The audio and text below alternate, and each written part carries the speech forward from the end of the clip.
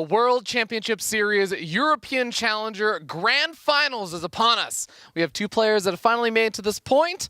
We're going to get ready for a best of 7 to determine who is the ultimate champion of the European region. My name is Fear Dragon. I'm joined by Nathanius here at the desk. How you feeling about this match, Nate? Tell me, using your words. Well, ShoWTimE has a name. He isn't no one, and he is way too tall to be the person. Their height right now, if you look at the thing, it's the same height. Actually, yeah. See, that puts him at a disadvantage. So it's gonna be hard. That's all I'm gonna say. I've been really impressed by ShoWTimE in this challenger. Yes. Particularly today. He's played out of his mind, and it gives me hope that we'll have a foreign Protoss kind of step it up for WCS during the circuit this year. But Serral is still Serral. Yes. He has still managed to make the weirdest of games look easy for him to be able to recover from and win. My brain goes back to Kairos Junction versus Thermal. Very weird game. And some insane baiting play from Serral. He is just so good. I come in with him as a strong favorite. If ShoWTimE upsets, I think we break the internet or whatever. You know, that would be huge. That would be huge. It'd be the first big victory for ShoWTimE over Serral in a very long time, too. If he were to do it, it would have to be in, like, the final moments, basically, when, like, the game is already over. Yeah. And he would just kind of, like, do something crazy out of nowhere, and that would be, like, boom. Serral's all of a sudden defeated, and everyone's like, that doesn't make any sense. There's 7 games he has to play to do that. So, ShoWTimE also, I'm also really interested to see how he's going to play this out build order-wise, because ShoWTimE, usually known for his defensive macro play, he has been getting aggressive today. I mean, we saw that a bit in PvP, but that's PvP, right? But we've been seeing it even in that last series of PvZ. Yeah, no, it's been awesome. He's really been, like, committing to some serious strategies, a lot of harass-based styles, and a lot of mind games. I've been digging it, but is it going to be enough to dig out a victory against this man in the Northeast, our red Zerg player? He is Serral.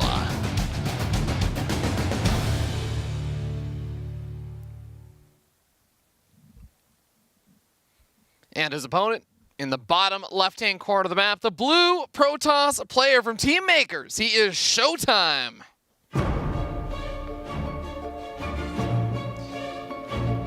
So the last time these guys played against each other was in WCS Winter group stages. Serral took the 2-0, and I know WCS Winter, I would say it didn't quite go as well as ShoWTimE was hoping for. There's still always, it seems a little bit tough to be ShoWTimE sometimes, because there's always like high expectations for him. Right. And if he doesn't do like a top 4 or something finish, everyone's like, that's a little bit disappointing compared to what we hope for ShoWTimE. But I mean, he is arguably one of the best, if not the best, European Protoss player out there these days. So we do have a lot of high expectations for him, and he is starting to live up to it this season of Challengers. So I'm excited for this series. I want to see what he's going to throw out, and if this can be the first time in ages that he's able to defeat Serral. I mean, the last big time I remember him in a grand finals was actually WCS Leipzig last year. It was a best of 7 at WCS Leipzig over, like, way back in January or something of 2018. It's been a while. It's interesting, right? We see players that kind of have their rise, they have their dips, and ShoWTimE is a player that the standards dropped a little bit for him in terms of our expectations. We don't look at him as the player to come in and win this tournament. I think a lot of people, I mean, Serral and Reina were on the same side of the bracket, so let's just get it out of the way. A lot of people, of course, thought that one side of the bracket was a lot stronger than the other, but still really good games out of ShoWTimE. And I guess this is going to be that test of that. Right, is will ShoWTimE be able to display some of the success that he's had today against a truly favored opponent? That's what we're going to find out. And we have the Zerglings, little probe drone smacking against that pylon, going to be able to clean it up. So just a little bit of a delay there, nothing insane as that third base starts. We do have the Roachborn from Serral kind of early. It makes me wonder if he has any shenanigans planned up his sleeve. Yeah, definitely going to be something we're going to be keeping an eye on in that production tab. Once that Roach Warren finishes up, has some resources banked, and there's already some very early Roaches popping on out. Zergling speed also nearing completion here. We do have a Robo in the wall over here for ShoWTimE. So this is a more vulnerable position for that Robo, but does complete the wall off. Allows him to get that up without having to get up to super early gateways. That is a gateway. Moves in. That is a gateway. The Robo's in the main. Oh, okay. Am I? It's the Robo's not exposed. I was like, that is very, very. Yeah. There was a short period of time where pro players were doing that, but glad that's not the case over here. I was gonna say, I'm like, yeah, that's that would be crazy though. Oh, you know what? I had the Robo selected on my screen, and then I saw the observer clicking on it. Okay. Congratulations, you played yourself.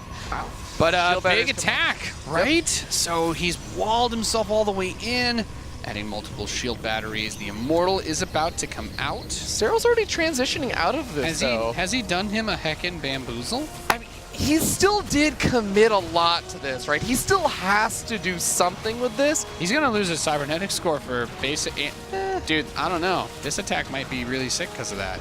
He's already started another cyber core. So he can't change his tech at all, right? Because he only had that Robo. He can't start a Stargate. He can't start a Twilight Council.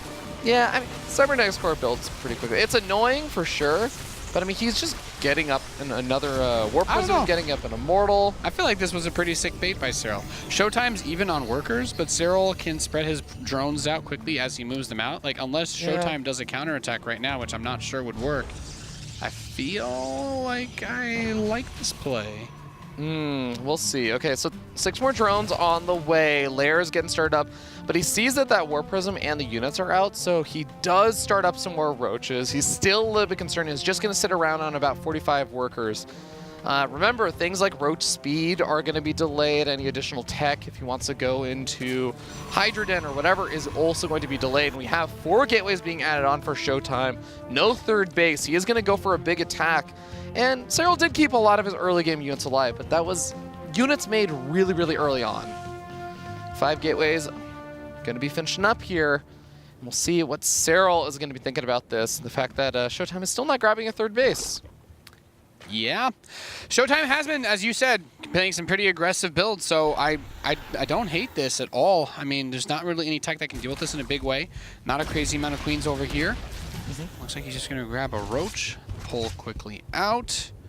And there's a lot of course, you can dedicate an insane amount of APM to microing this type of attack with the Prism, but it's also definitely a good idea to make sure that you're doing the right things back home. Don't want to overcommit. Don't want to leave that Prism idle anywhere either. Yeah. Now, ShoWTimE is starting to move down on the south side of the map, and he's going to warp in some more Stalkers and everything. So he's going to use the Sentries to try and force field his way through. Ravagers are going to be there to knock down the force fields. This army's so big, though. Yeah, this Serral really respected this. There's really nothing here that deals with Zerglings.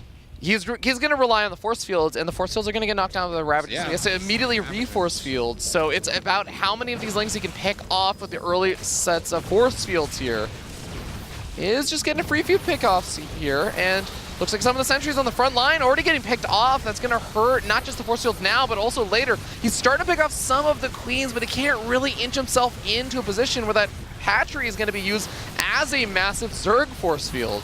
I mean, the micro's been good so far, but as the force fields run out, we're going to see Serral have much better engagement potential against this. He's adding more Ravagers. That Spinecrawler is really big too. Of course, that's not affected by the force fields. The Lings are finally able to get up a little bit. Yeah, getting some damage done, but like you said, nice pullback micro with that Warp Prism. He's not getting super far into that third base though, so this is still a bit of a problem. And like you said, he's starting to run drier and force fields. Even with the 3 new sentries that were warped in, they need a bit of time to regenerate some of the energy available. He warps in 2 more sentries and is going to try and catch Serral on the ramp as he tries to move forward. Corrosive Biles land on a lot of the Zealots and the sentries and the Stalkers though. Oh, more force fields coming down on that ramp. Corrosive Biles knocking them down. Is ShoWTimE starting to overpower him? He's still got those 2 Immortals alive. He's continuing to deal out a lot of damage, but the sentry's going to start getting exposed. The Prism gets very low. Queen is able to kill it. Not before that warp in, though. And ShoWTimE, I really love this gutsy play. ShoWTimE understands, he recognizes Serral is not an opponent that he wants to play in a long game if he has the opportunity to bring the pain to him. And he has the drones pulled off the line.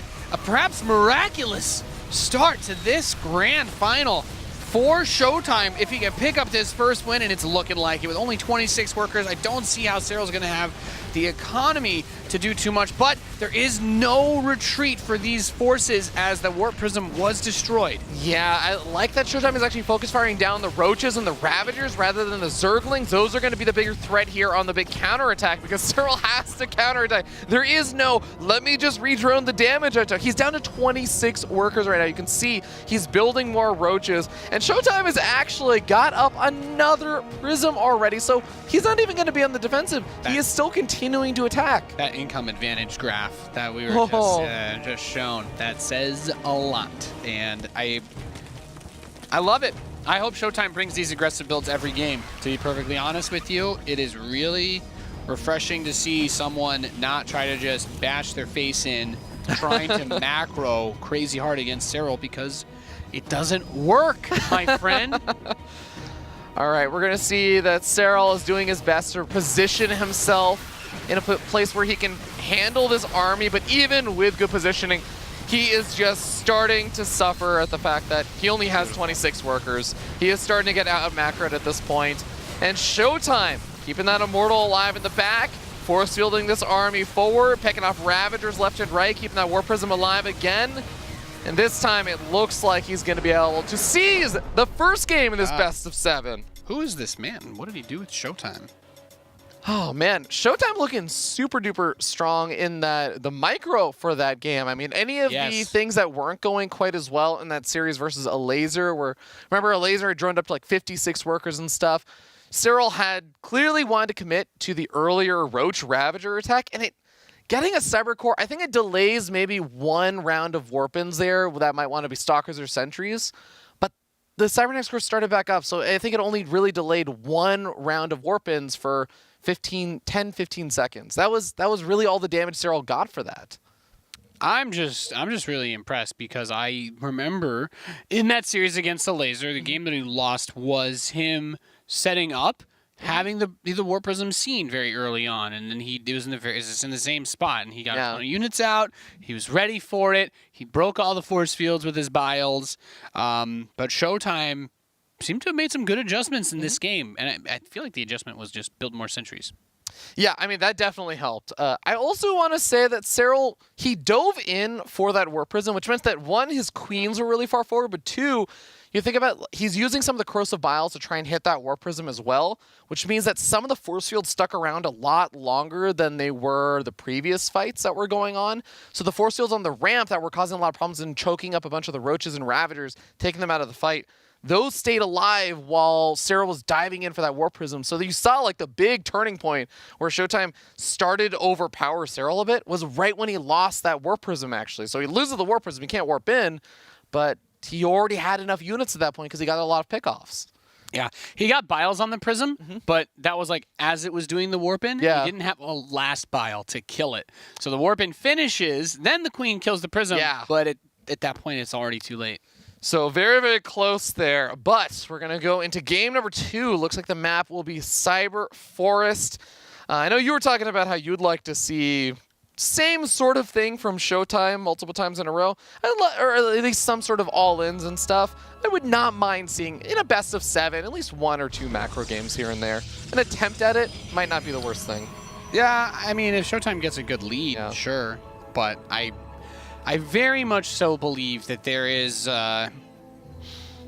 no such thing as honor when it comes to Protoss? playing for when it comes to playing for something that matters. Right? Yeah.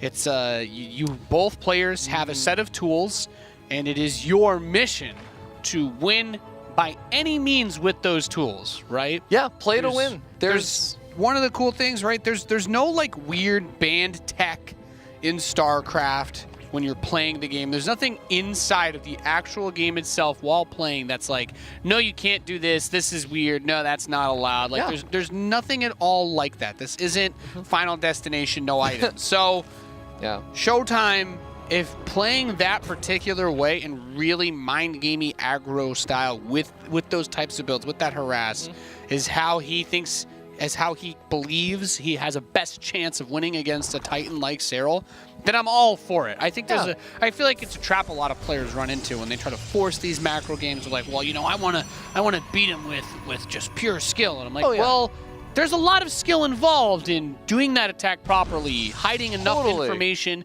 defending against that original Roach Ravager push, and then microing with the Prism, for example, microing those force fields in that way. And that does seem to be, so far, where his opponents have been struggling. And Serral taking the first map off Serral in a best of 7 is awesome. Okay, we already have a proxy pylon coming on down, so I think you might be getting your wish. And just a quick note, that whole playing to win attitude, really great book by David Serral. If you guys ever check it out, Playing to Win.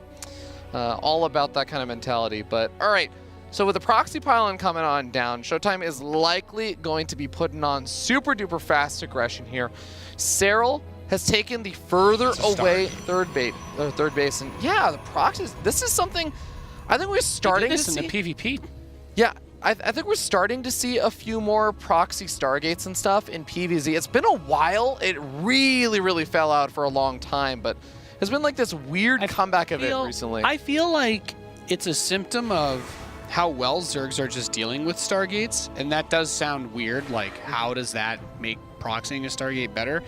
But usually the Zerg does see the Phoenix or the Oracle on the way out of the main, or the Natural, or they suicide the Overlord and scout it.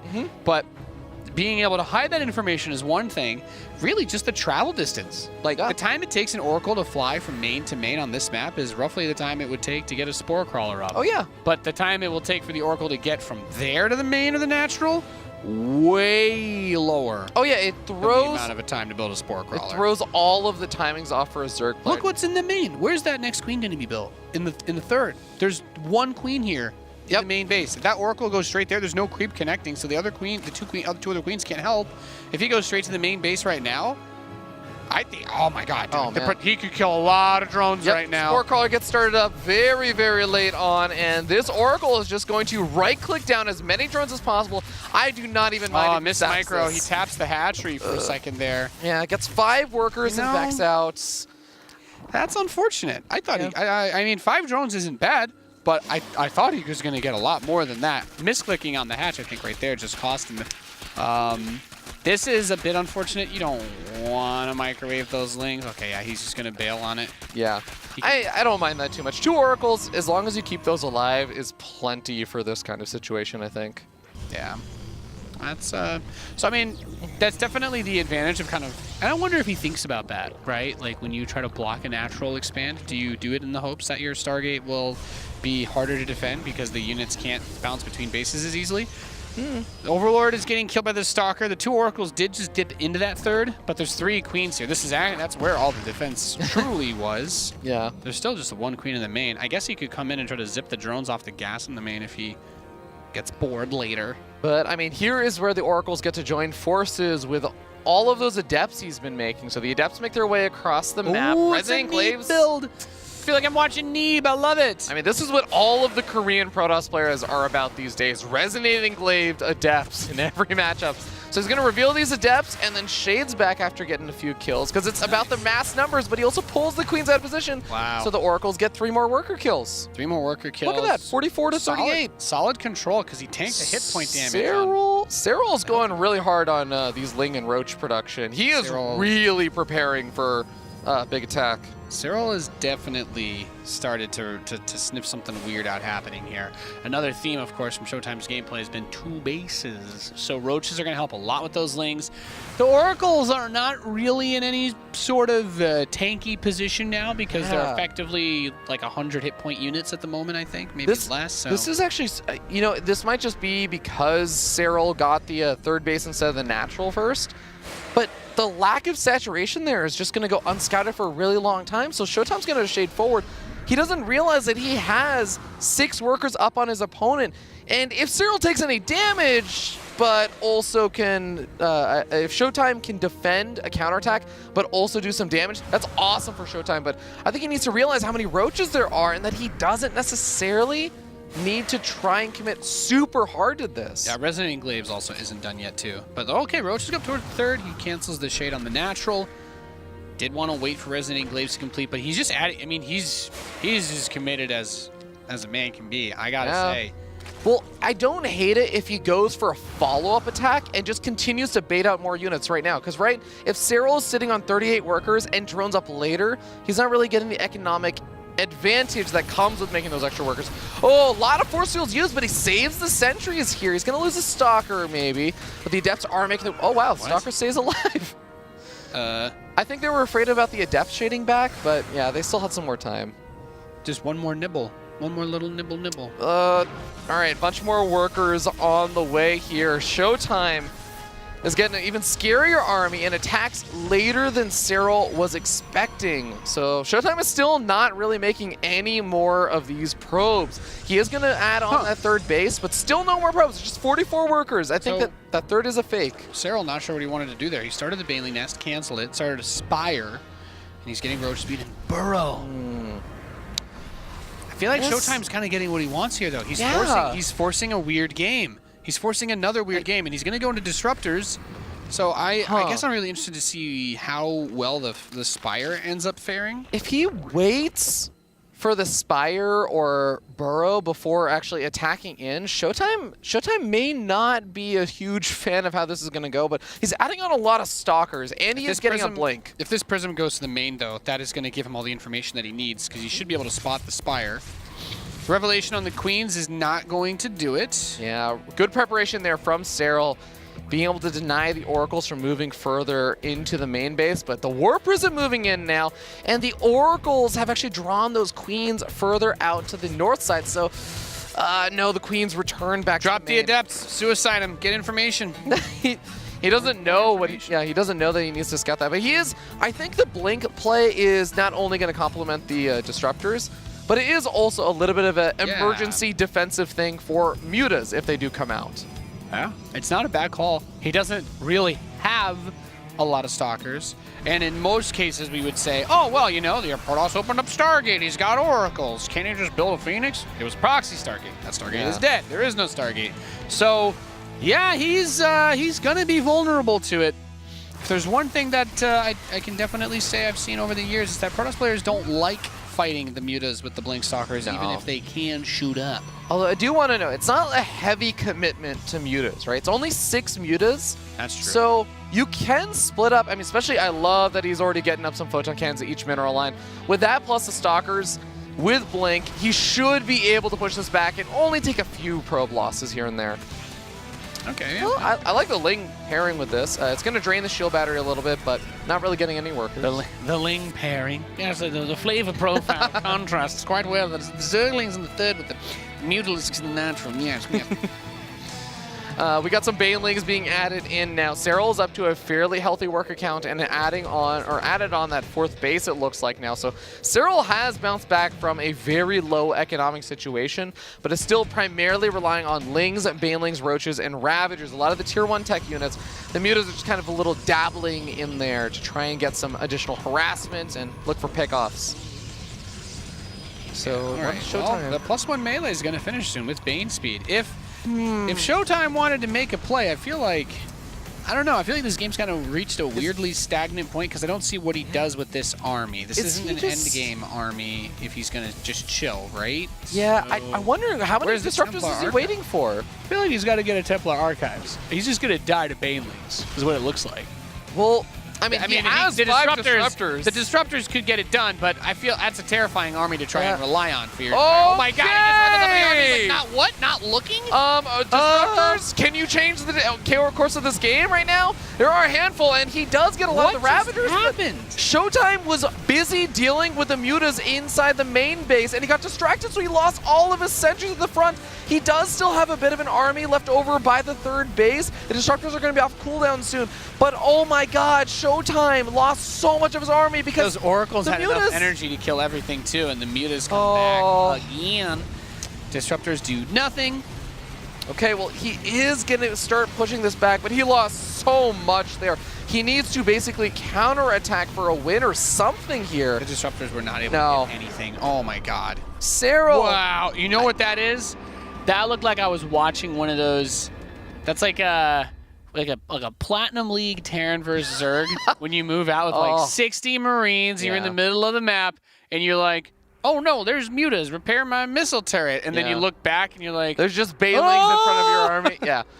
No, honestly, guys, that was just straight up. ShoWTimE looked away because he was moving his disruptor to the front, and the mutas came into the main base, so he blinks. He goes to the main base to blink his stalkers to jump on the mutas, and when he looks back, the banelings are already on top of his sentries, and he's lost his entire army almost. Yeah, no matter how good your defenses may seem, as evidenced very clearly right here, the Night King just walked straight into where everything was, did not care. So unfortunate for ShoWTimE because he had the army he needed, I think, to take a pretty decent fight first. Well, he literally made no use of his sentries at all because he was just caught with his pants down, basically. Like, he had 7 or 8 sentries of full energy there, did nothing. The core of his army is a spellcaster unit that he wasn't looking at, so the Disruptors couldn't be used to zone away. Like, that was really just Serral basically saying, I know you can't multitask as well as I can. I'm going to throw these mutas at you. He didn't even kill the mutas, and then I'm going to just run my whole entire army straight up to yours in the most YOLO move of WCS. Yeah, I hope somebody clipped that. That is one of those things that you will almost never see. Like, maybe pro play. Yeah. Maybe when Alpha Star starts doing Zerg, you'd be like, oh my god, he just runs like 30 Ravagers straight into Protoss armies like with reckless abandon.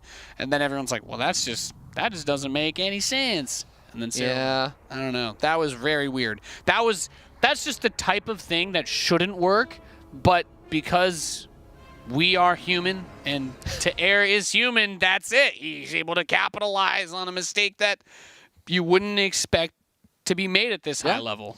It's really tough, and I hope that ShoWTimE is not going to be too affected by that. He is a veteran. Put me on life tilt. But yes, exactly. That is one of those things where you say, I should have been able to win that game.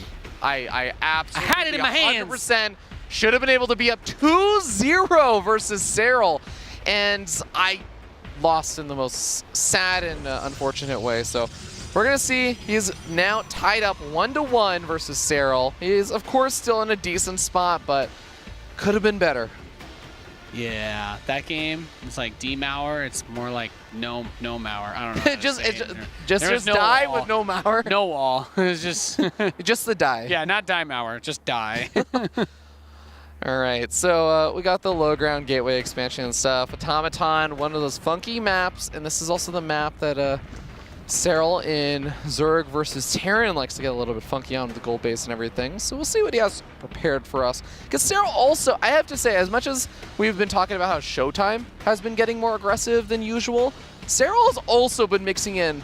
I mean, he always used to mix in all-ins and stuff. Think He's Serral been mixing in a few more than I think he usually do. I mean, Serral got his world championship off the back of amazing late game play, but he got to that position to win the world championship off of a good mix of aggressive play balanced and with that. It's one of the most important things, I think. If you're trying to get better, we always talk about how you should practice macro game, but if you're trying to win, you should be trying to do different strategies because you know, people always bring up that saying that they're like, oh yeah, well if you do a one kick 1,000 times, then that one kick will beat everyone. It's like, but that's not always going to be the case. You will go up against other people who practice as much as you, and sometimes the best way to win against someone who practices as much as you do is to try to throw strategies at them that they won't have as much practice playing against.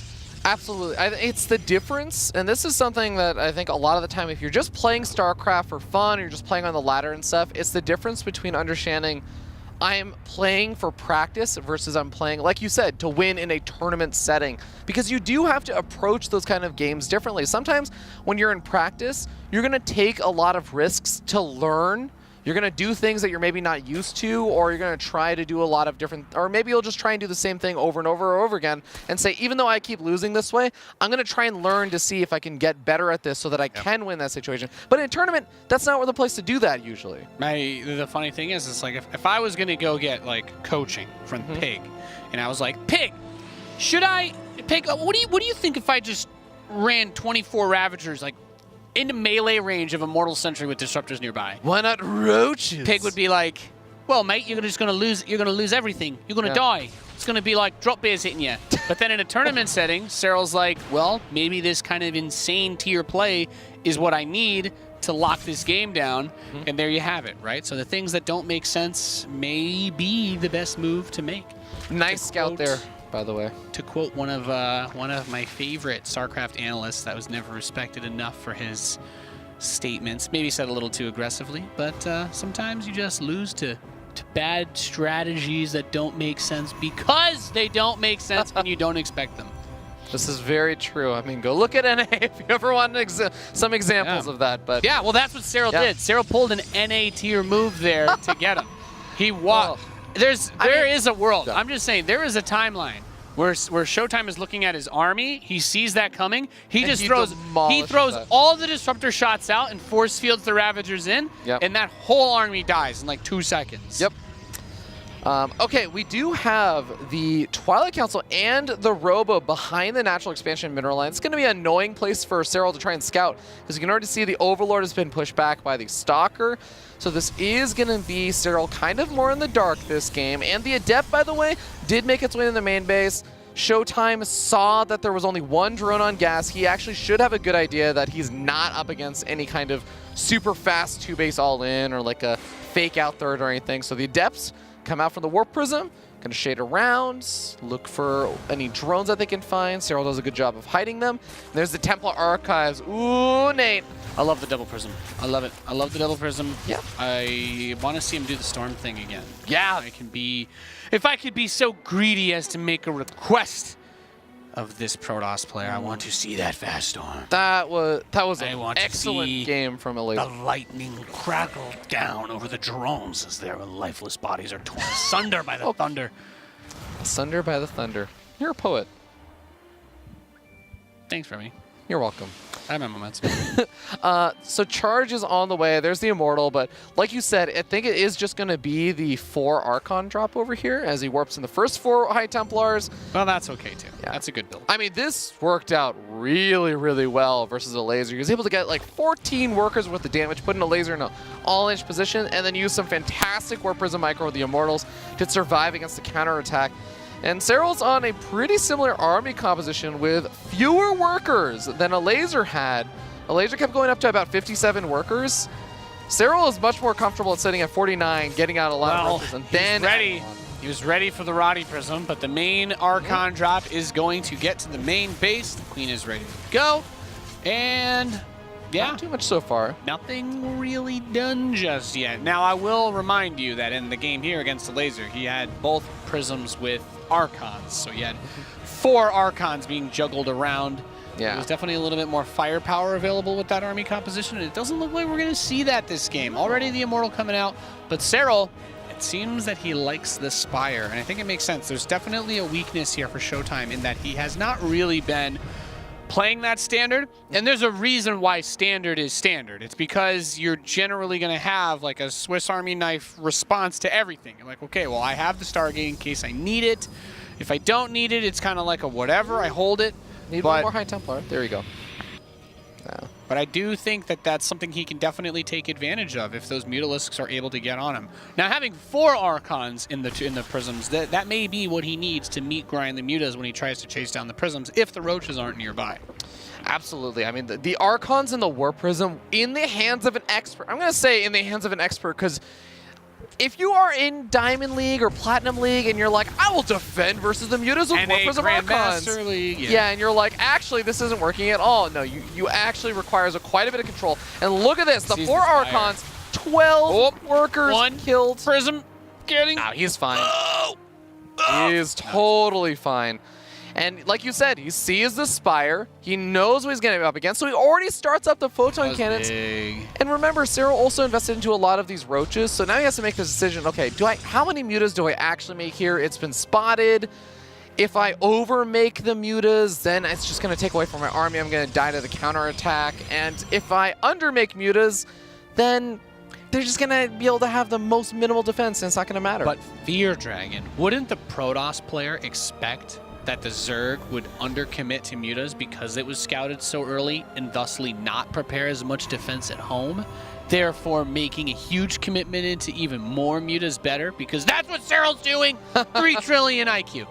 7 more mutas on the way, and there was no Stargate started up. He was getting up Storm. He's relying on the Archons. So he's going to see these mutas and think, okay, cool. But it's the next round of mutas that are looking to try and catch ShoWTimE off guard. But here is that War Prism we're talking about. Good save on the Templar, by the way. Yeah.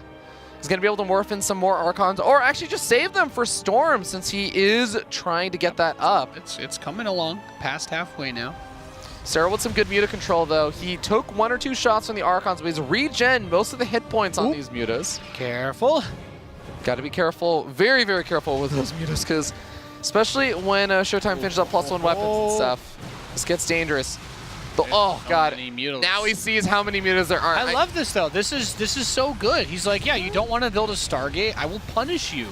I will punish you for playing this heavy Robo Twilight style. This is that really awkward point for every Protoss player, though, where you see that number of mutas and you say, should I even build the Stargate now? If I try and invest into the Stargate and getting a Phoenix, I might just not actually have enough to defend anymore. You kind of go. Your only option if you're not going to build Stargate here is to base trade. That's the option. And why? Because that's what the Zerg gives you as an option.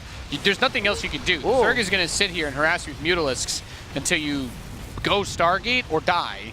Yeah. So that's it. There's nothing. There's no other option. Like, photon cannons are never going to be enough unless you build like 8 of them around the main with a bunch of shield batteries, and then that's it. That's all you're going to be able to keep. Yeah.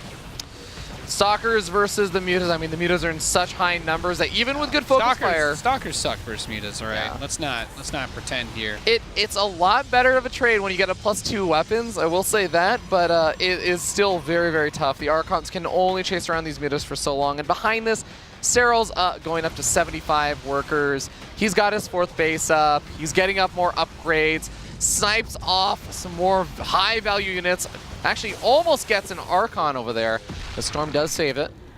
ShoWTimE, I mean, he is, like you said, gearing up for that big attack and going to turn this into a quasi-base trade where the mutas can basically neuter ShoWTimE's entire economy and then retreat back home and still defend. Storms against mutas are just a losing proposition, though, because these mutas all get low, and if there's one thing that we know about mutas is their health regen is off the charts. I think, look, more and more mutas being added. You know what I want to see right now is Serral just slam down some spines. Look at that, he's taking the bottom right base too, because he's already thinking about it. He's already he's 10 steps ahead. This is a really, really tough spot for ShoWTimE, and this is what happens. If I feel like ShoWTimE's going to build a Stargate in his main base next game. You think he's going to open Stargate next game? After 2 games of the Mutalisks ripping him to pieces, yeah. Because this army is terrifying. But if he moves out with this, there you go, 6 spines on the way. If he moves out with this army, he's going to lose everything he has at home. Let's not forget that there's still a huge Roach Ling force, which, as cheap as it may be, he's not planning to fight the army with it. He's just waiting for ShoWTimE to YOLO across the map. Yep. I think that moment has to come soon, because ShoWTimE can only defend against this stuff for so long. He just had his Templar Archives depowered, but the Templar Archives is still alive, so use your remaining gas, and I think you have a lot of Archons. You can win a direct fight, but it's just the problem is you should never be able to take a direct fight. Oh, okay, this is a nice little ambush. He does some damage, picks off a couple of mutas, but Serral's just building up more behind it. He's getting up his hive now. Nidus, oh, I love the Nidus Swarm idea. Yep. And there he goes. He's like, okay, your army's there. All right, time to throw away these cheap units I don't even care about. Yep. This will buy me time. Prism gone. Rip. That's the 3rd Prism to die this game, too. And now the Archons do not have the mobility they need to chase down any of the mutas. Lings get cleaned up over at that 3rd base. There's still more High Templars coming up. This is 3 weapons in this is the type of game that makes, like, when you're a new StarCraft player and you're learning about the way that it works, this is the one that makes you as a Protoss be like, mutas are broken. Mutas are so overpowered. How on earth am I supposed to deal with this? Oh my god. You know why everyone opens Stargate. Solid Storm, but unless you kill all of these mutas with like the 2 or 3 Archon hits, doesn't matter. I mean, these mutas are getting very low, and if the Archons can cut him off from the retreat paths, he has a lot more High Templar. to the right of the base. There's another storm. The arc. Oh no, he doesn't cover the retreat path up north. If he had actually been able to snipe off another 7-8 mutas, I think that would have been go time. 30 mutas on the map. Okay, 36 now, and 3 more on the way. He's adding another Spire.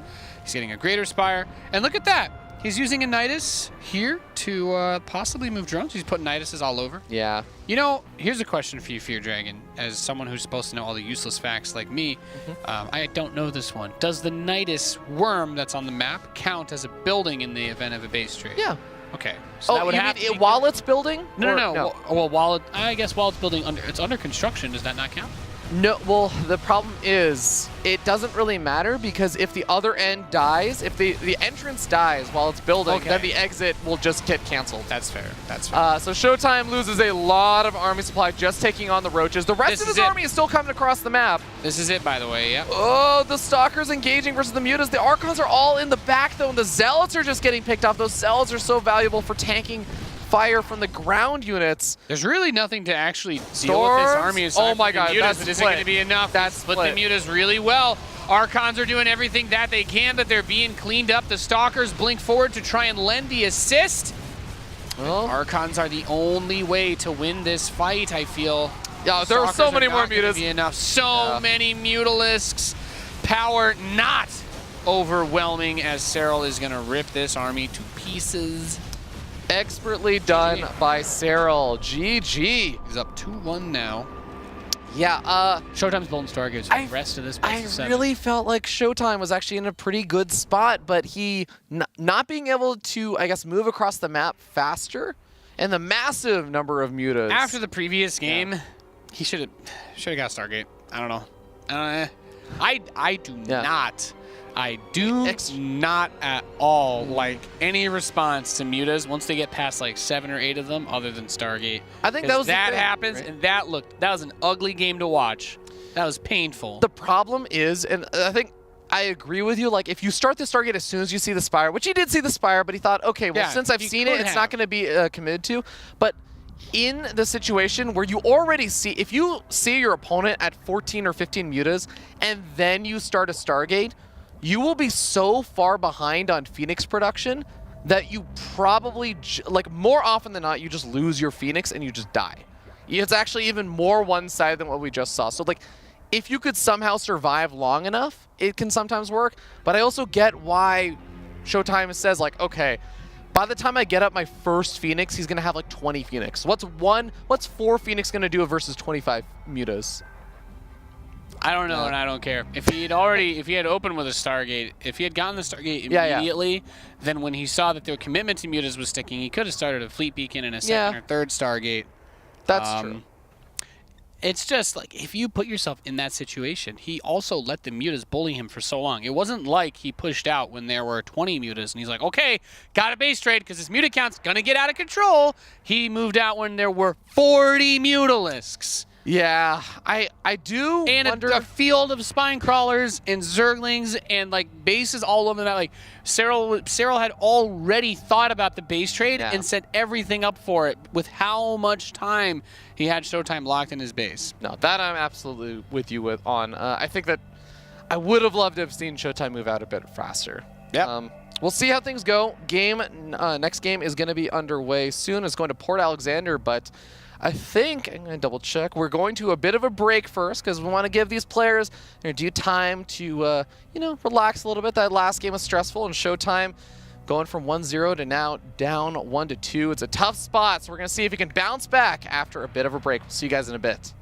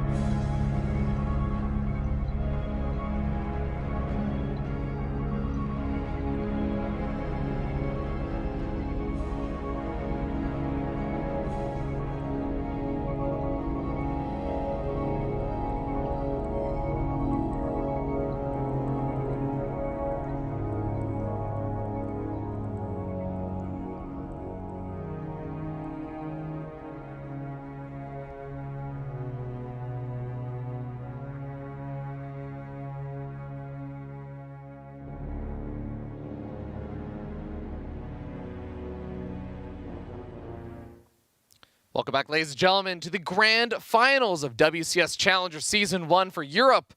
We're getting ready to move into game number 4 of our PvZ between ShoWTimE and Serral. Yes. ShoWTimE started with some momentum, winning that first game, and looking like things were actually going pretty well for him in game number 2, but a few mistakes here and there have cost him the following 2 games. Mutas have, well, yeah. I will do my Twitch chat impersonation and say that Mutalisks are broken, overpowered, and literally the only reason that Serral is able to win versus ShoWTimE, who is otherwise a god. And if ShoWTimE wins the game, then, I mean, obviously he only wins because Protoss, Chrono Boost, So neither one of these players Immortals, deserve it. Charge. It's crazy. Like, you know, it's like the economy works too well. Like, all the minerals into Zealots, all the gas into High Templar, and then Archons, they kill everything? Like, are you kidding me? To be honest, that is actually the reason why I go for Charge on Archon. High Templar is most of my games. It's just, that's actually a great tip for any Diamond League or Platinum League players that have trouble macroing. It is very easy economic. You're like, I have a lot of gas, I will make High Templar. I have a lot of minerals, I will make Zealots. Yep. Bada bing, bada boom. It's fun. It's fun. No, but works in Brood War too. In all seriousness, ShoWTimE's sharp builds that are kind of tailored to hit at specific points have been struggling with Serral kind of playing. He's been playing very generally, very feeling outy type stuff. Not to say that he hasn't tried to make his own attacks work. He's tried pretty much every game to do some sort of early push with Roaches or Ravagers or Zerglings, but he recognizes that the style that ShoWTimE is going for, he only built 1 Stargate so far in this best of 7, and it was a proxy Stargate. It was a Stargate in the hopes of getting early damage done, which it did, by the way, but after being cleaned up, Serral had the same realization that he has had this whole match so far, which is you don't have really anything to deal with Mutalisks. Yeah. A laser got close to this kind of vibe with the drops that he tried to do, but Serral just went the full 9 yards with it. He's like, I don't have to deal with Phoenix, so why not make mutas? I think one big thing is that ShoWTimE has been mixing it up, though. So there is still the potential that he will go for the Stargate opening. So I don't hate the idea of him doing like the in-base Stargate, not just the proxy Stargate and stuff. So we'll see if Serral still relies on that. I mean, of course, he can just identify what his opponent's doing and then go for the Spire, which is basically what he's been doing so far. He threw down the Spire after he already saw it was Archon drops and everything. So looks like we're just waiting on the players to get invited to the lobby and stuff. Hope you guys are having a good time. And if you are enjoying the broadcast, please remember that the WCS NA Challenger playoffs are also happening tomorrow at a slightly later time. Yeah. We will. We're going to not have to wake up at 3 a.m. We can wake up at like 9 a.m. 24 hours from now, we will be in the middle of probably the first match, if it's not a crazy fast 3-0. Right? Because the broadcast starts, I think, at 10. 11. 11? 11 a.m., Oh, wow. I believe. Yeah. Our call time's 10 a.m., so I assume it's an hour later like it was for today. Because we got here today at 4 a.m. and we went live at 5 a.m. I'll take your word for this, because I thought our call time was 9 a.m., but I could be wrong. I'm literally never wrong. That was the crew call time. You were given the wrong one. Okay. So, we are just waiting for the lobby. I don't know what's going on, but don't forget, there is some other cool stuff always going down in StarCraft. We've had GSL all week.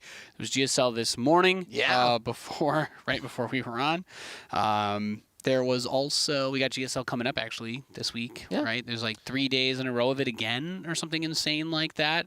There's been WCS Challenger for some of the other regions and stuff also happening, all the Brood War stuff going on. Actually, one of the things that's happening right now also, if you are interested, is that there is an awesome just community stream by Lambo, who's hopping on a call with a bunch of other pro players and stuff. I mentioned this before, but he's sitting on a call with like Hearthstone and Special and Kelazor. Okay, so they're just smack talking everybody. And they're just and of course, actually, they're getting in, like, for example, they're getting in a laser after his series and kind of getting his thoughts on stuff.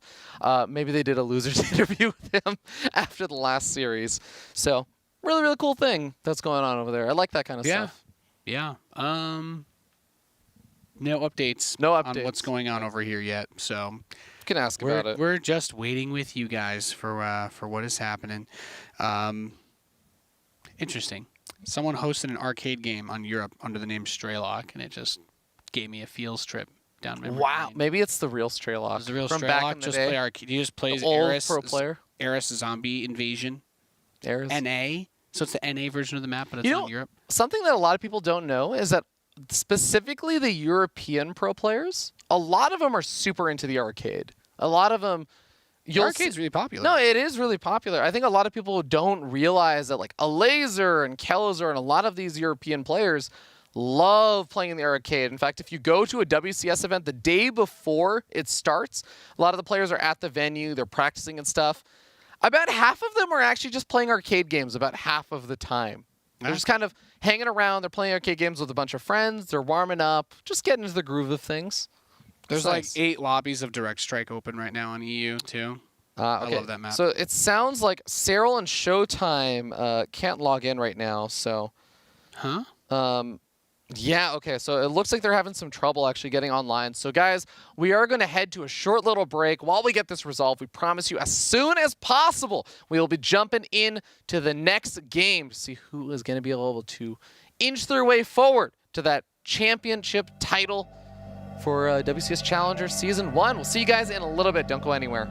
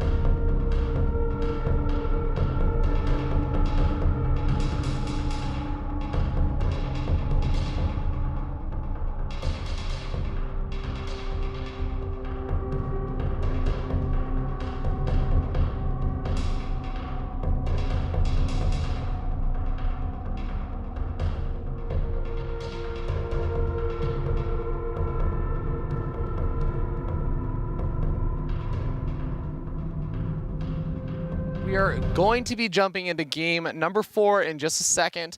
Seems like there were some authentication issues for some of the players getting back on. ShoWTimE and Serral were unable to log into StarCraft, which is a little bit problematic if we're trying to play StarCraft.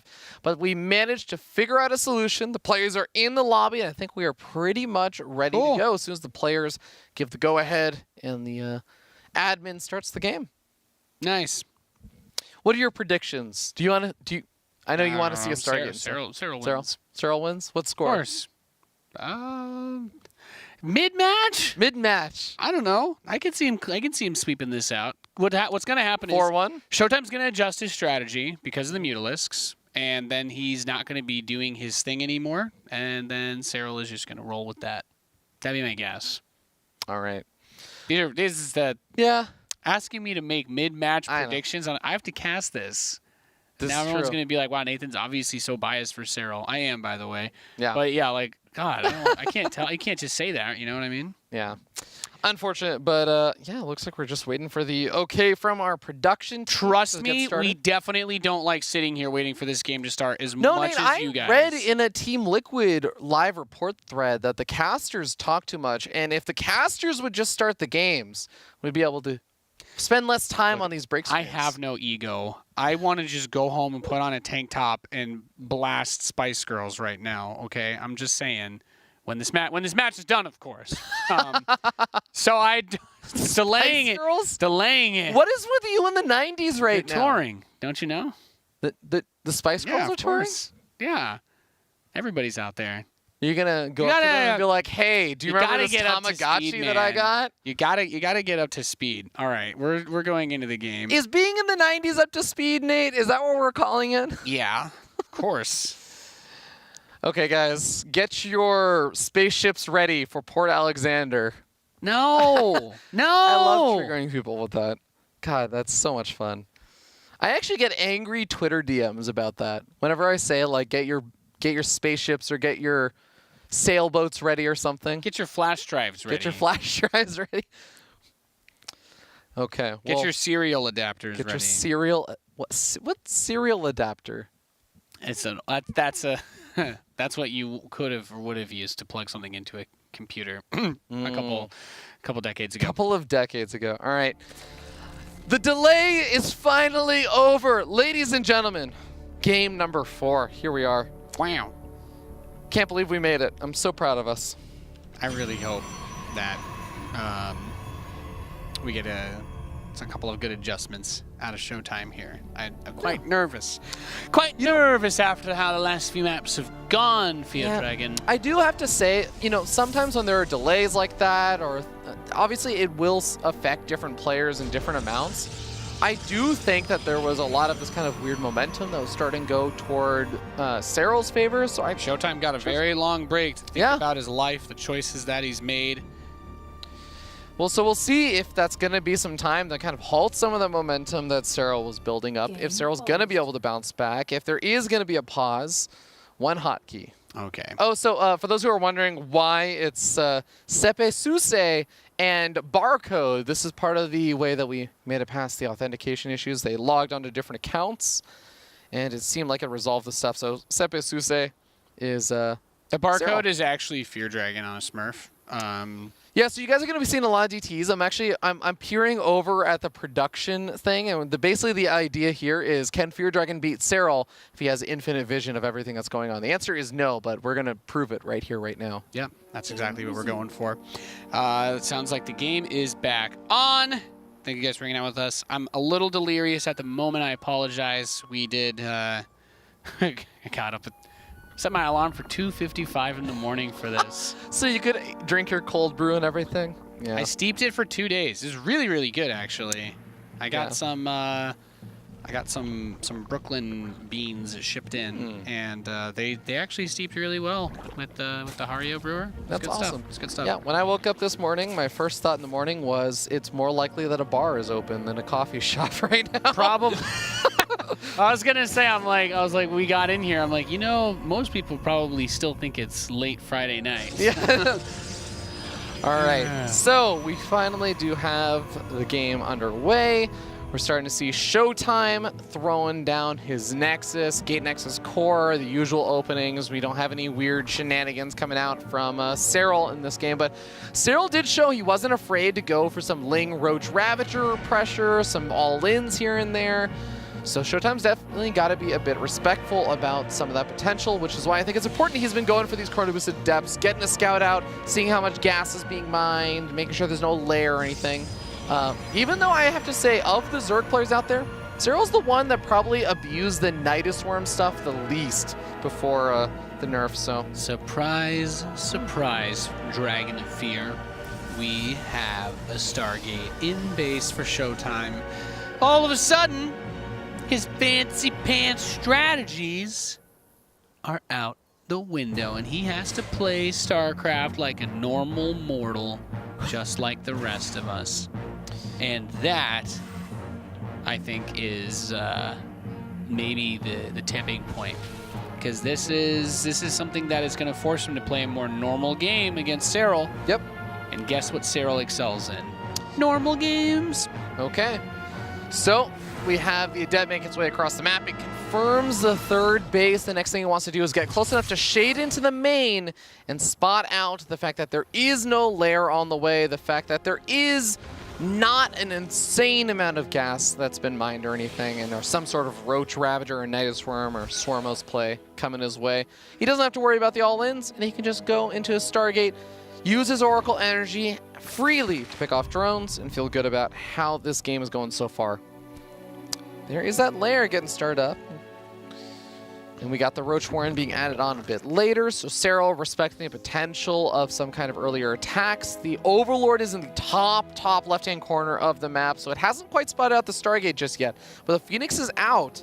And actually, that Overlord positioning, did it just evade the Phoenix entirely? Seems to have. Yeah, wow. Oh no, he's darting back and he's going to find it now. Okay. Yeah. But that's the reveal. You know what the real alpha play here is, Fear Dragon? What? Is that he goes Spire anyway, and he mass mutas again and kills him anyway. And he just shows up with like 14 mutas and kills the Stargate. Nate, NA and then ShoWTimE's like, no! Nate, NA I did what you asked. I gave you what you wanted, Dark Lord. Why have you forsaken me? All right, the Oracle moves forward, trying to get some damage done. Doesn't really find any kills so far, so that's going to be a bit unfortunate, but he adds on that third Oracle, and 3 Oracles plus a bunch of Adepts can definitely get some nice damage done if Serral is not absolutely on point with his defense, but I mean, this is Serral we're talking about. That is the expectation, that he is going to be absolutely on point with the defense. Already got the Spore Callers getting stirred up as well. Oh, finds a second Overlord over here. I think it might be saved by the Queens. Should be. Yeah. So, third base on the way. And ShoWTimE has to kind of just play this one out normally. There's the Warp Prism. And I don't think we have access to anything like the High Templars just yet. One Oracle gets knocked down. That's, I mean, 6 drones is cool. But he's got a lot. I mean, he's going to be able to replace them really easily, right? The follow-up's just the first level of aggression that ShoWTimE has been doing literally all day versus Zerg is now so delayed.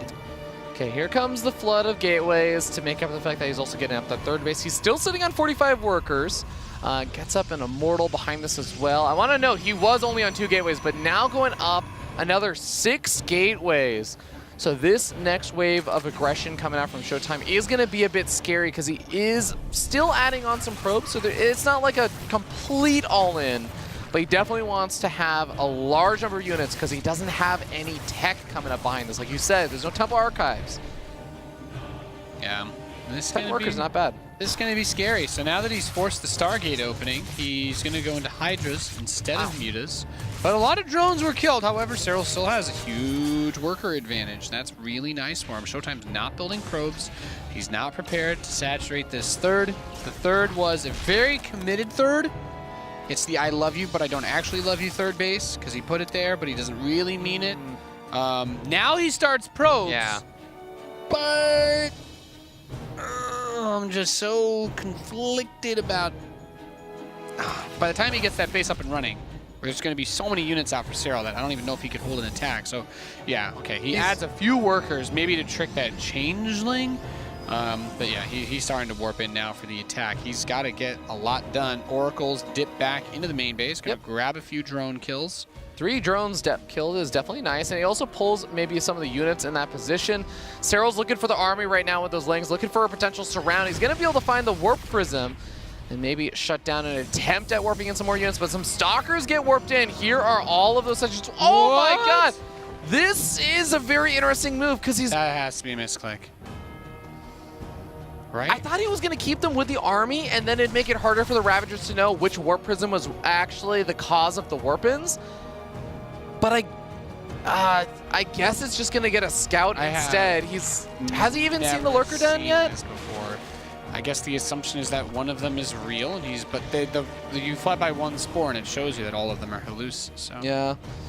Well, okay. I can say I've never seen that in a professional StarCraft match. There's the lurker den. The warp prism's hallucinations just sit at the natural expansion instead. So. Yeah, I mean, the Oracles are still alive. He's still going to have Revelation available. He's making more Immortals. It's not like he doesn't have any answers to the Lurker Den. And the Lurker Den, only about halfway finished right now, so he's got some more time. I thought that started up a long time ago, but... Oh, well. So these roaches chilling up front. Gonna get pushed back just a little bit. Charge, +1, talk about archives. It's all so late. Feels really late. I mean, ShoWTimE's been doing this on 54 workers. He's been getting all of that up so quickly in these games, but it is so much later this time around. Yeah. Big army though. Is he gonna commit to a big push? He's got third saturated, but lurkers are about to come into the mix as well. It really seems like ShoWTimE wants to go for this push, but yeah, if he's gonna wait around for the Templar Archives to finish up and get up a couple Archons, I am afraid that those lurkers are going to be finishing up. He just needs maybe an extra 20 or so seconds for the lurker den to finish and then to start morphing in some of those lurkers. But ShoWTimE is starting to poke on forward. The problem is he still has to make his way, not just down that ramp, but actually to the base on creep. It's going to take some time to successfully make his way over there safely. Yep. And Oracles come over. They're going to bully this queen. Deny some of the creep tumors, so that's cool. But remember, he's going to need some of that energy on the Oracles to actually throw down Revelations. There are also with these roaches and yeah, that are heading right over. I think he has the Oracles moving back. Oh god, the Oracle's going to be moving back, so he has no real way to answer the lurkers here. He has an observer with his... where is that observer? Is it with his army? It's with the army. Yeah, okay. I mean, if there's one thing that I know about observers, though, it's that they are like the first thing that dies when the Zerg engages you, and that's it. Like the Hydras, just you A-click specifically on that observer, and once that's dead, it's like, all right, good luck killing the Oracles. Or, excuse me, good luck killing the lurkers. Now that the Oracles are on the other side of the map. It kind of feels like ShoWTimE is doing that thing that pros players used to do, where they just say, I'm just going to sit outside of your base and scare you into making a lot more units and not making drones until I finally have a large enough army and your economy's been hurt by not making drones that I can kill you. But the problem is, Serral this entire time has been on 79 workers, is getting up an infestation pit, has lurkers up. I feel like ShoWTimE is really trying to find a good angle of engagement, but he's just not finding it, and it's slowly going to cause him to, I guess, lose the lead or any potential in this game. Retro. Yeah, well, I'm not gonna lie. Exactly what I said was gonna happen happened, and Serral was able to force ShoWTimE to play his game. Now this is still a chonky army, but the Observer is dead. Oracle's here. There's a Revelation. Actually don't have a get frontline Revelation on every single lurker. Yeah. So maybe he does have enough to push through, but he's going to take a lot of damage back home as well. He's going to need to open the Bifrost soon and get back there to defend. Okay, some Zealots in the main base are going to catch a bunch of these lurkers. One Burrow! lurker's down. Use them. No. Oh my god. Oh, he's busy hitting the third base and also trying to defend to the natural. Another lurker burrows though. I don't think there's any more Oracles here. There's no, and the Observer, like you said, got sniped off, so that will finally start to push back this army, but there's still four Immortals. It started to look dicey for him. Oh! Where's Pig? Oh, no! So much for the Zealot defense back at home. ShoWTimE is down 51 supply to 140. A tiny glimpse of hope, just in time for Serral to steal it away from him. GG! Serral goes up 3-1 in our finals of the Grand. And this is now match point for Serral, one game away from reclaiming his throne at the top of Europe. ShoWTimE, I mean, he did seem like he had a really good start to today, and even after the break, it sort of seemed like maybe things are going to start going his way a bit more, but Serral just shut down any attempts of ShoWTimE ever to push in with that army, and I'm not sure if ShoWTimE was trying to just bait out units and pull back and looking to attack a lot later, but like you said, he never got up to a supermassive probe count.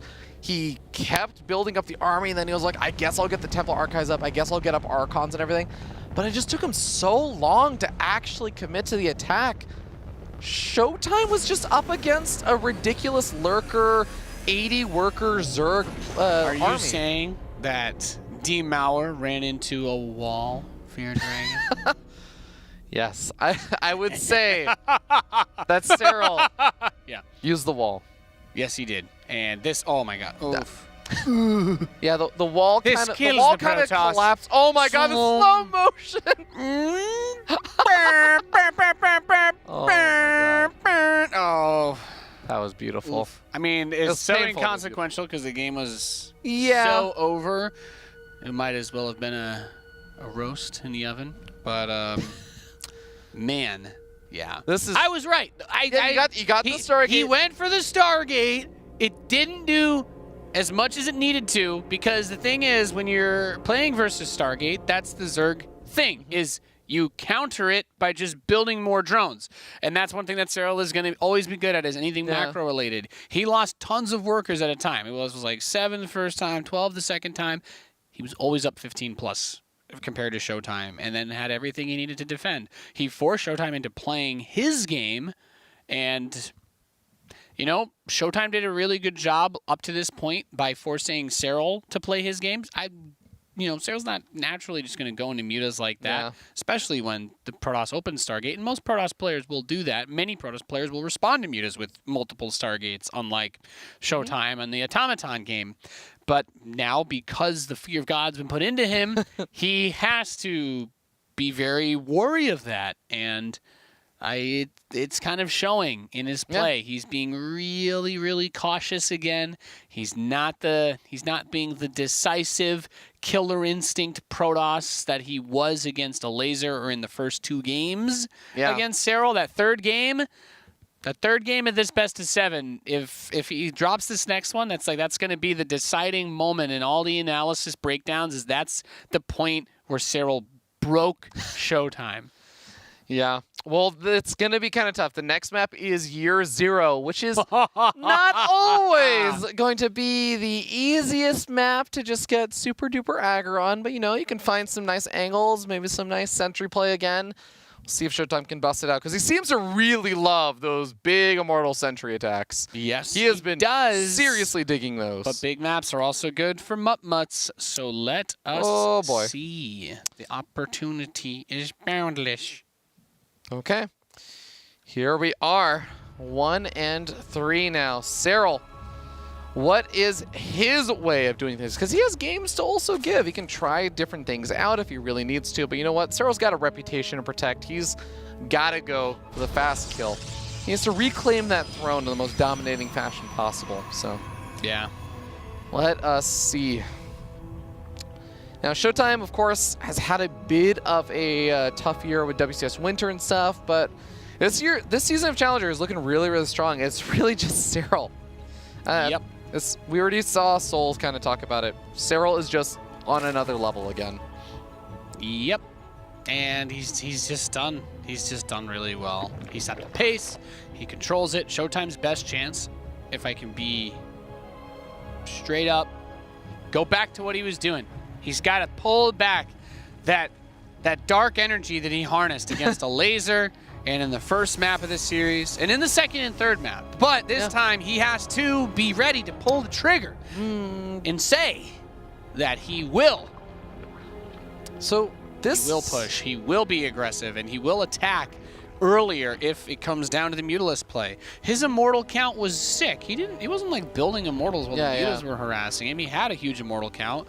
If he gets into a similar spot, crank out the Archons and punch the gas. YOLO it. Yeah. Put all the money that you have into one big push, and if you want to reinforce behind it, you can do that. If you want to just build shield batteries and cannons at home, you can do that too, in anticipation of the base trade. Maybe throw in a Dark Shrine. You know what I'm saying? Well, actually, speaking of Dark Shrine, I mean, I think this was the map versus the laser that he did the Dark Shrine hallucinated a Warp Prism, which is actually something Lambo was talking about. How there's no way Serral didn't watch those games. Oh, because 100%. he knew the winner of that match would be his opponent. But here's the thing, Nate.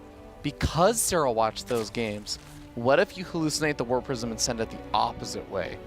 Into his own base? No, into you send the hallucinated Warp Prism into the third base, and you send the real Warp Prism to the main base this time. Whoa! Okay. And now Serral thinks that the main base Warp Prism is... What if you send a hallucinated prism to both bases, but you don't even have a Robo? There's 8 DTs instead. No. Well, he's going Stargate. Oh, that's a sick build. He's going Stargate, so Okay. I feel like, yeah. Man, what's a good arc for a character that just gets, like, mentally broken by his opponent? What do you think? I'm not going to go... Gohan? I don't know. I'm not going to go as far as, like, a Theon, but maybe this is a little bit of, like, Bane breaks his back on that bridge type thing. You know what I mean? And now he's going to have to do, like, a whole recovery thing and climb out the wall, climbing out of the hole. Kind of, there's maybe a little bit of... The wall is right now a trench, there. and he is trying to rebuild into a wall. Yeah. Yeah. Well, I mean, if the wall sinks into the trench, then it just kind of becomes a little fence, right? You know what I mean? If it sinks far enough, it just becomes the ground. Wow. Great analysis here at the World Championship Series, ladies and gentlemen. We did have a Phoenix first, following up with 2 Oracles. The Adept makes its way forward, just scouts the natural, has seen the third base.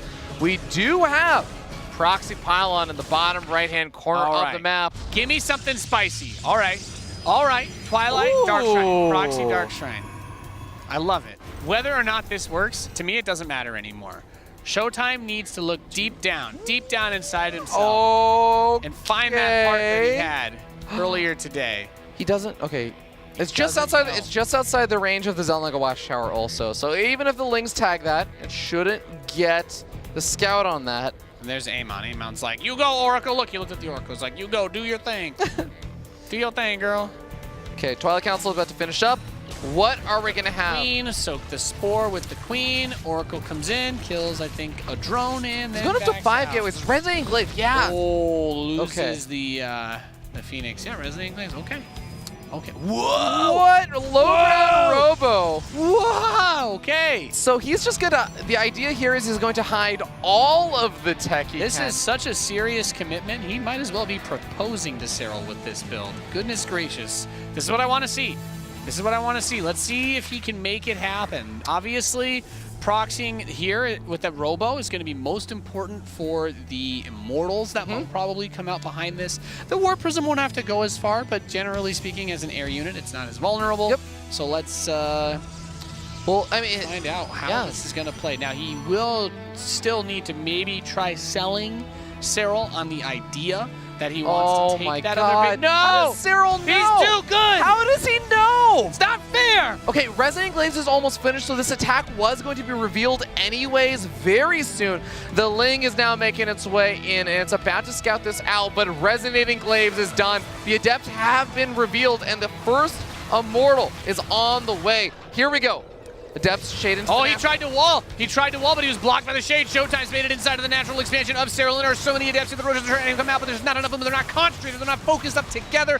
There's the next one. The shade's going over to the main base. Starts a Spire Crawler, but it's not ready. The drones come down to the natural. They're going to start to die to the Adepts. He leaves just enough behind to continue to do the harass. There are more Immortals are coming out of the proxy robotics facility, and he's hitting everything inside of the main and the natural. And he's hitting the third base as well with reinforcing warp into Adepts. So there's almost no workers actually mining right now. Just the natural expansion, 14 workers killed so far. Is this going to hurt Serral's ability to replenish with roaches? The income advantage spike is insane. He wants to push out and get rid of the proxy. There you go. Okay, so he drops the wall to try and block off trying to buy himself just a moment's respite. The worker count is actually dead even. Serral's building drones right now. He's thinking to himself, I'm actually okay. I just need to stabilize a little bit. Oh, here. he didn't see the robo. He only saw the pylon and the gateway and the Twilight Council. He didn't see the robo, so now he's going to see this Immortal and say, wait a second, how do you have 2 Immortals here already on top of all those Adepts? That's actually crazy. And now he's going to end up losing that 3rd base and sitting on even workers and also even bases versus a Protoss. Not a spot as Zerg wants to be. Looks like we're going to possibly get a game 6 here. I don't know how he's going to stop this army with just roaches and queens. He's behind an army supply and his army is roaches, Nate. That's not supposed to happen. It's not supposed to happen at all. Yeah. Prism is here as well. And ShoWTimE. I love it. I love it. With a warrior's heart and a fighting spirit, is able to get back to what brought him here in the first place. GG. He is going to bring himself a game closer to settling the score on the death's doorstep in this best of 7. He opens with the Stargate. He's like, man, it's like the fake out beta move. He's like, yeah, I'm doing what you made me do, man. Look at this Stargate. I don't want this Stargate.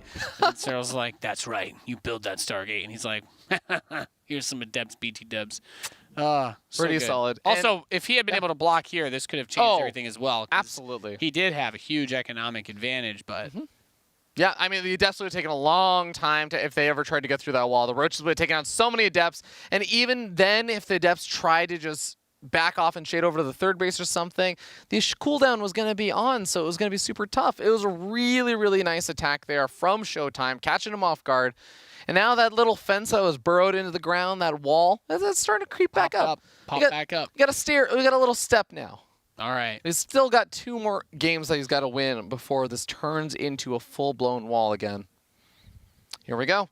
Game number 5, I believe it is, as we are Game 6. Oh, game 6? We're going to game 6. Oh, yeah, game 6. King's Cove is going to be the map, though. Indeed it will. Huh. Well, my favorite part about games like this is there's very little predictive analysis that we can do. Because he has done a lot of different styles, a lot of different builds. And I'm just excited to see what he's going to bring to the table the next game. I'm also excited because there's some builds he showed versus a laser that he hasn't done yet. We were talking about the DT stuff that he was doing, but also the Storm Drop stuff that you were saying, like, oh, could we see that? We'll see.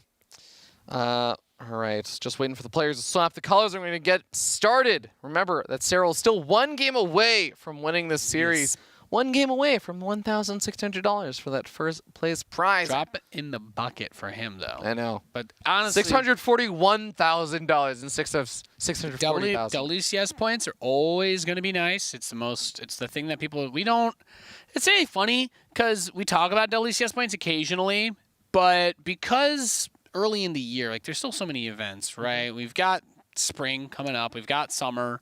And, perhaps some other things in the works. Yeah. So it's like not really up until that final moment when we're like, hey, guys, this is the last stop of the year. If you don't win this tournament, you have no chance to make it. It's really like hard. talking about a round robin before when the second round, you're like, let's talk about the scores for this round robin. It's like, well, no, there's so many more things going on. But I think you're going toward is the seeding, right? Yeah, and that's something that is always going to be at play, is being able to have the #1 seed, being able to get the easier, better matchups, is just a huge deal. And for some of these players, we've talked about how close they get to qualifying. ShoWTimE, no stranger to being on the edge of getting in or out of the qualification for the global finals, which, by the way, is always important to remind people. We have, it's obviously very difficult. The end of the year tournament is always insane. There's always fan favorites that drop out in the very first round. But just qualifying for that usually ends up being a silly amount of money anyway. Like that's a ticket you definitely want to punch, even if you end up going against, Dark in the first round and getting destroyed. But okay, ladies and gentlemen, game number 6 is loaded up on King's Cove. Let's do this, as we are going to be, of course, checking out and seeing what these guys are going to be doing. The big onus, for the most part, has been on ShoWTimE. He threw out a little bit of a curveball in that last game. Let's see if he can come up with something else tricky. Do it again. Do something else weird. Do something else weird. Don't stop. I feel like the proxy Twilight Council Gateway Robo only works once. Does it though? So you got to do something different. But for your This pylon's really far forward, by the way. He's going for the slightly less usual wall, where you don't actually leave any space at the top of that ramp for your opponent to move up. But I mean, it's so few. I think very few Protoss players will do that kind of wall, and usually it only gets punished if there's like a pool first or something. The Lings have an easy access way in, but Serral not really going to be doing anything like that, so ShoWTimE will be fine with it. Yeah. So things that have worked. Aggression, really. That's what's been doing it for ShoWTimE. Playing out a long game against Serral is not something that I would suggest anybody do. Very few people have taken it to him like that. Innovation.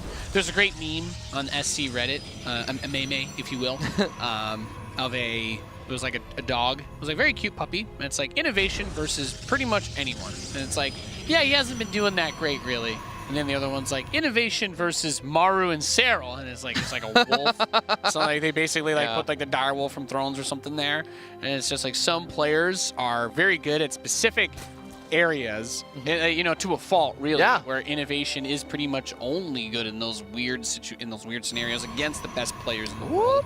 But he does struggle versus a lot of the not so great players. And Serral, the reason why we always applaud him, why we talk about him so much, is he's great with aggressive builds. He's great with defensive builds. He's impeccable in the late game, and he is on top of pretty much everything in the early game. But ShoWTimE is really pushing that to the limit. Is he going to do this that he's again? bringing out. Is he going to do the same thing again? The Twilight Council is being proxied again in the center of the map. A very odd spot and probably difficult to actually locate here for Serral. Serral is probably going to have to make his way through the third Taking a page out of Roddy's book. Put it all on red here, Fear Dragon. Oh, another attack. The Adept can cover this, so he can prevent the Ling from getting in very easily with that ramp there. So it snipes off that Ling. The Overlord is going to be sitting over the natural expansion. And okay, so there's the gateway. Here we go. I just want to know, does he throw down the Robo again? I think he does. Oh, you better believe he throws that Robo down. Yeah. Or maybe he doesn't, because Serral will think that it's a Robo follow-up, and then he won't build Roaches. He's just going to mass Lings to defend it instead. But then there's more depths because he didn't. Okay. Yeah. Anyway, yeah, there's a million different ways that this could go down. Okay. However, I'm just happy that ShoWTimE is going to stick to his guns. He's going to stick to what's been working. But this is going to hit even faster, because remember in the last game, ShoWTimE went for the Stargate. Yeah. And so the other thing is that the Stargate sniped off the scouting Overlord. The Phoenix killed that. This game, there is no Phoenix to kill off that Overlord. So Serral's going to make his way through the entire main base. Will he assume it's the same thing? He starts up a blind spore. The blind spore tells me that Serral is not sure what's happening, because he doesn't need a spore crawler. What he needs is roaches to deal with the adepts. Oh and my there God. you go. The proxied Robo. By the way, I love the walling in of these pylons. It makes it really difficult for, even if the Lings find them, there's two pylons there, first of all, and second of all, those pylons are going to be kind of difficult to actually take out. So And now he's got the adepts here. The Lings are going to find it. But the magical million-dollar question, is it too late? Resonating Glaives is done. The Roach Horn has only just started. How good will the Adept Micro be? How much damage can he get done? Here we go. The Adept's going to start making their way forward. Resonating Glaives is done. So this is around the same time in terms of Resonating Glaives finishing. It's around the same time that Serral saw this last game. Of course, there were more Adepts. There was already the Robo with the First Immortal on the way around the time this came in. But Serral only on 40 workers right now, so he really can't afford to lose a whole lot more. He's just making more units than those Adepts. They can't shade all the way to the mineral line, but they can shade close to it. They actually soften up that hatchery surprisingly well. Yeah, and let's see now. The Immortal's going to start to come out. There's a lot of Lings, though, with the Queens. And it looks like he might There's the Evo wall. Chamber wall that off. I like that. And the Sport Crawler can just lift up whenever he wants to unwall that, which is really, really nice. Doesn't have to worry about killing it. So the Immortal's coming in now. He's got a second one on the way. He's got the sentries as well. We've really seen that ShoWTimE's loved his sentries in this PvZ setup today. And I mean, we also saw that just one of the big things that ShoWTimE has been trying to do in a lot of these games is force out a lot of units early.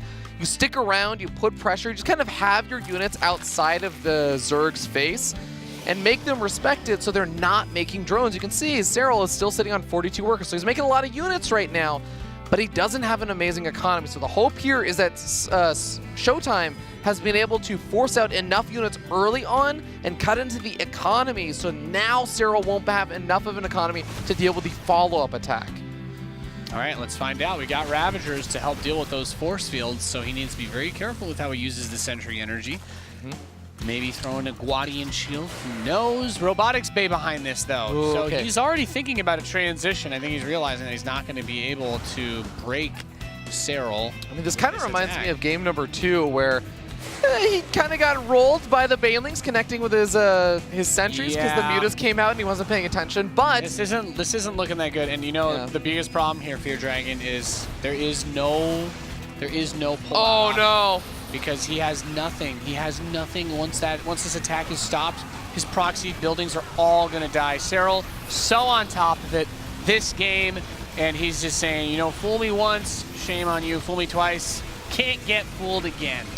ShoWTimE loses almost his entire army, and Serral barrels forward. There's a desperate reinforcing Warping of Adepts up here on the high ground, and maybe just because high ground, Warp Prism and Immortals, he will hold on for a little bit longer. He throws down some shield batteries, which I actually don't hate, because if Serral somehow overcommits to the attack up this ramp, maybe some magic can happen, but Serral is such a smart player. I feel like it's going to be a bit unlikely, and he storms forward. The Ling's going to surround the Adepts. He's just going to kill the Robo. Yeah, kill the Robo, you kill all the power of this attack. Disruptor! There's a Disruptor! Gets 2 Ravagers. Not enough. Yeah. And the 3 Immortals are being juggled in the Warp Prism. I really have to commend ShoWTimE. I mean, he is evening up that supply quite a bit. The Ravagers. He's actually really doing well. Wow. The Twilight Council gets taken out, but he didn't care about that Twilight Council anymore, Nate. It wasn't being used for anything. Let's not forget there's still a lot of production. The creep here is going to be nice. If he moves too far forward too quickly, he could be caught.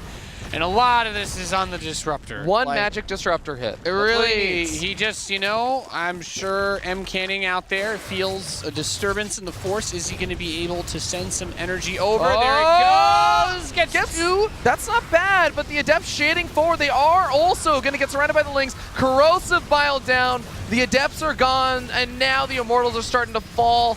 We're starting to see the Warp Prism having to be taken out of the Prism mode, and GG. GG. Serral does it. To no one's surprise, the Night King wins. Congratulations to Serral, taking yet another one of those 4-2 victories over ShoWTimE and crowning himself the champion of Europe once again. He's reclaimed his throne from WCS Winter, and he looks so damn good doing it. Yes, he does. Still, I'm going to go back to what I was saying earlier today. This highlight isn't going to look that great for ShoWTimE. Yeah. But my plan was to talk him up.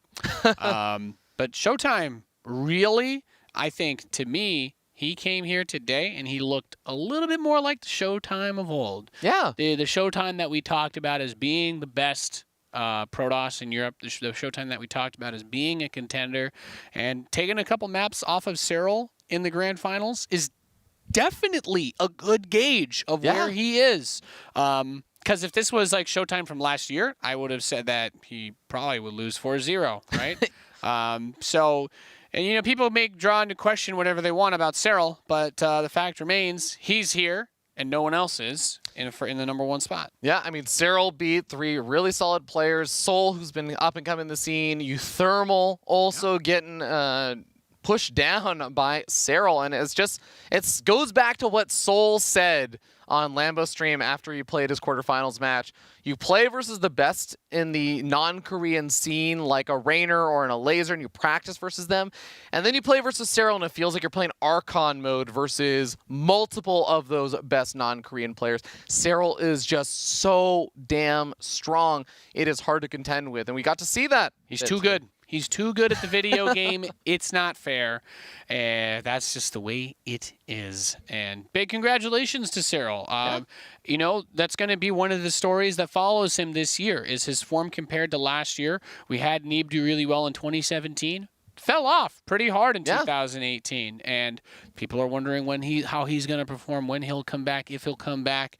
So Serral, he's got really high standards set for him by the community, and I think that this match for Serral fans, so it's a good refresher, good confidence booster for the Serral fans out there. Myself being one of them. Especially given how well ShoWTimE played versus a laser. Yes. But let's recap the day in case you guys missed any of those series.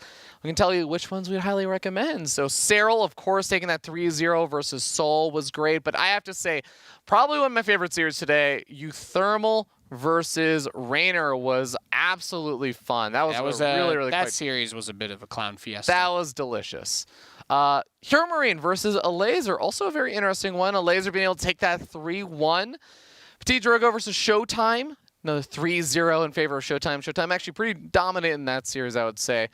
And then Serral versus UThermal, another really fun one. UThermal, despite it being a 3-1, don't let that fool you. UThermal actually had some really, really close games that he still ended up losing, but it very well seemed like it could have gone to a 3-2. The Serral UThermal series was pretty crazy. Yeah. And, of course, then we had ShoWTimE versus a laser, which was the last series that we got to see, which was also quite fun. And then ShoWTimE versus Serral, of course, closing things out and crowning Serral the champion once again, 4-2. Congratulations to Serral.